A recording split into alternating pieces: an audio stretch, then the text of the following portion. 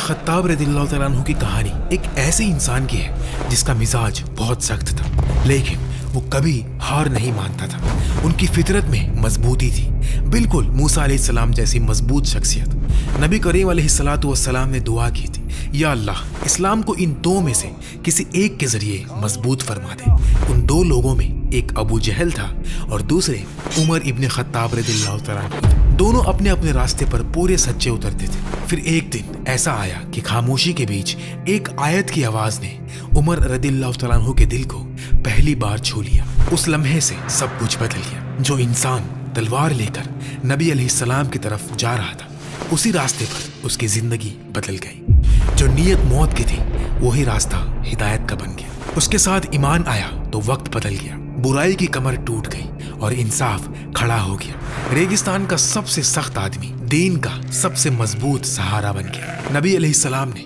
उमर रज़ियल्लाहु तआला अन्हु के बारे में फरमाया, अगर मेरे बाद कोई भी नबी होता तो उमर होता। उमर के दौर में इस्लामी रियासत मजबूत हुई। उस जमाने की बड़ी बड़ी ताकतें भी नीचे आ गई थी।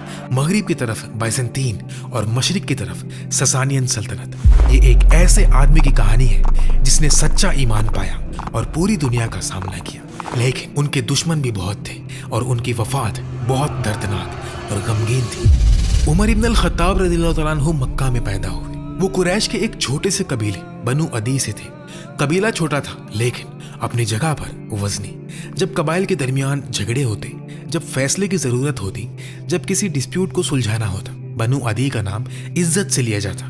और उमर इसी माहौल में बड़े हुए थे, इज्जत का माहौल, लेकिन नरम दिलों का नहीं। उनका घराना दो चीजों का मिक्स था।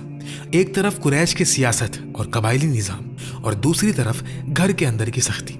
माँ का ताल्लुक बनु मखजूम से था, वही कबीला जहाँ अबू जहल जैसा नाम भी घूमता है। लेकिन उमर रज़ियल्लाहु तआला अन्हु की जिंदगी पर सबसे गहरा निशान उनके वालिद ने छोड़ा।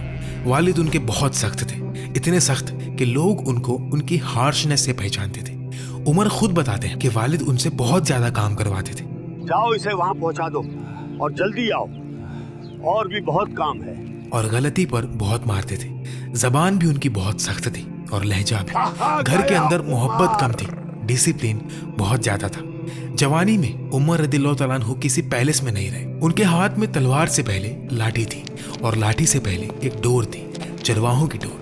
वो भेड़ और ऊंटों को चराते थे, कभी अपने वालिद के लिए तो कभी अपने खाला के लिए। दिन भर धूप, खाली मैदान, जानवरों का शोर और खुद अपनी भूख। कभी कभी दिन भर की मेहनत के बदले में सिर्फ थोड़े से खजूर से गुजारा करते, बस इतना कि आदमी अपने आप को जिंदा महसूस कर ले। उमर रज़ियल्लाहु तआला अन्हु की फिजिकल पर्सनैलिटी इस्लाम से पहले भी एक अलग प्रेजेंस थी। बहुत लंबे थे, बहुत स्ट्रॉन्ग थे, इतने कि कभी सवारी पर होते तो पैर जमीन को टच कर जाते। आंखें बड़ी और डीप सेट होती थी, आवाज बहुत गहरी, हाथ पांव बड़े बड़े थे। ये सिर्फ बॉडी नहीं होती, ये एक डर का साइकोलॉजी होता है। आप रूम में इंटर करो और लोग सीधे हो जाए, ये ऑरा उमर रज़ियल्लाहु तआला